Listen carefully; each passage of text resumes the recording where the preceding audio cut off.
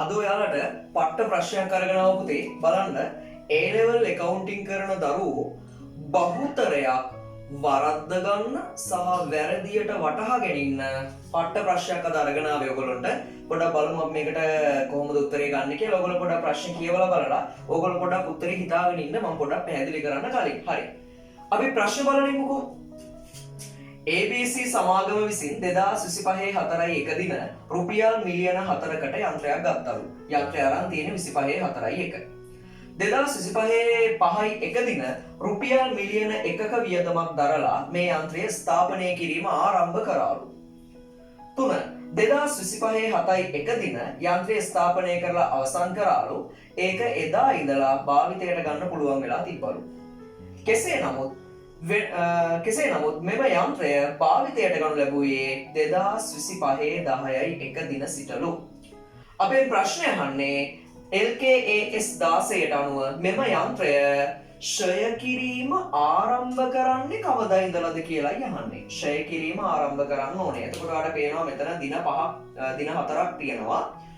සාමාන්‍යයෙන් A level MCQ එක නම් උත්තර 5ක් එනවා. තව මේකට ඔයාලට exam එකේදී තව උනන් සමාරම්භක උත්සවයේ පැවැත්වුවා කියලා තව දවසක් දාන්න පුළුවන් නේද? අන්න ඒ වගේ මොකක් හරි තව දවසක් මේකට ඇඩ් කරලා දෙන්න පුළුවන්. හරි. මම දැන්ට මේ 4 විතරයි ගත්තේ. එතකොට බලමු ළමයිනේ මේ දින 4 මොනවද වෙච්ච වැදගත් සිද්ධි කියලා? 2025/4 මොකද උනේ? යන්ත්‍රය මිලදී ගත්තා. එතකොට 2025/5 මොකද උනේ? මේක ස්ථාපනය කිරීම ආරම්භ කරා. ඊට පස්සේ 2025/7 මොකද උනේ? ඒක ස්ථාපනය කරලා අවසන් කරා. මෙන්න මෙතන වට වටිනවා ළමයිනේ. එදින සිට භාවිතයට ගත හැකිව තිබ්බා. 2025/10 තමයි මේක ඇත්තටම භාවිතයට අරන් තියෙන්නේ 2025/10. එතකොට මේ LKS 16 තියෙන විශේෂ පොයින්ට් එකක් මොකද්ද? වත්කම ක්ෂය කිරීම ආරම්භ කරන්නේ කවදා ඉඳලාද? වත්කම ක්ෂය කිරීම පටන් ගන්න අපි කවදා ඉඳලාද? හරි. මේකට බහුතර ළමයි දෙන උත්තරේ තමයි 2025/10 මෙන්න මෙදා. මොකද ගොඩාක් ළමයින් තර්කයක් කියනවා මොකද්ද? වත්කම සර් පාවිච්චියට ගත්තේ 2025/10 ඉඳලානේ. එතකොට මේක ක්ෂය වෙන්න පටන් ගන්න 2025/10. පාවිච්චියට ගන්නට පස්සේනේ අනේ මේක ක්ෂය වෙන්න පටන් ගන්නෙ. ඒ හින්දා ගොඩක් අය කියනවා 2025/10 ඉඳලා තමයි මේක පාවිච්චි කරන්න පටන් ගන්න කියලා ගොඩක් ළමයි කියන්නේ. හොඳේ? ළමයි කියන්නේ. හරි. හැබැයි පුතේ ඇත්ත කතාව ඊට වඩා වෙනස්. හොඳට මතක තියාගන්න. LKAS 16න් කියනවා ප්‍රමිතයෙන් කියනවා වත්කම ක්ෂය කිරීම ආරම්භ කරන්නේ ඒ වත්කම භාවිතයට ගත හැකි තත්ත්වයට පත්වෙච්ච දවසේ ඉඳලා කියලා. මොකද්ද? වත්කම භාවිතයට ගත හැකි තත්ත්වයට පත්වෙච්ච දවසේ ඉඳලා.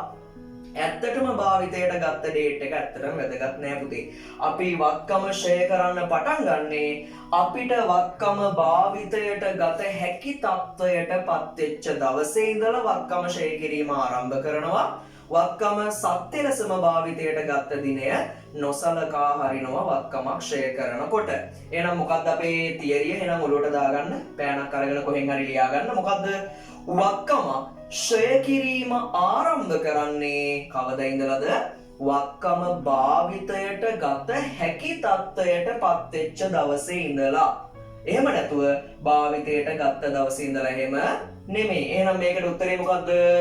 යන්ත්‍රය ක්ෂය කිරීම ආරම්භ කළ යුතු දිනය වත්කම භාවිතයට ගත හැකි තත්ත්වයට පත්වෙච්ච දවසේ ඉඳලා. වත්කම භාවිතයට ගත හැකි උනේ කවද්ද ළමයිනේ?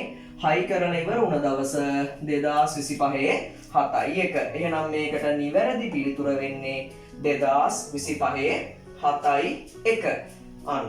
එහෙනම් මේ වගේ තව වැදගත් දේවල් ඕගොල්ලන්ට මම අරන් එනවා. එහෙනම් අපිව ෆලෝ කරලා තියන්න මේ වගේ තව වැදගත් දේවල් දැනගන්න.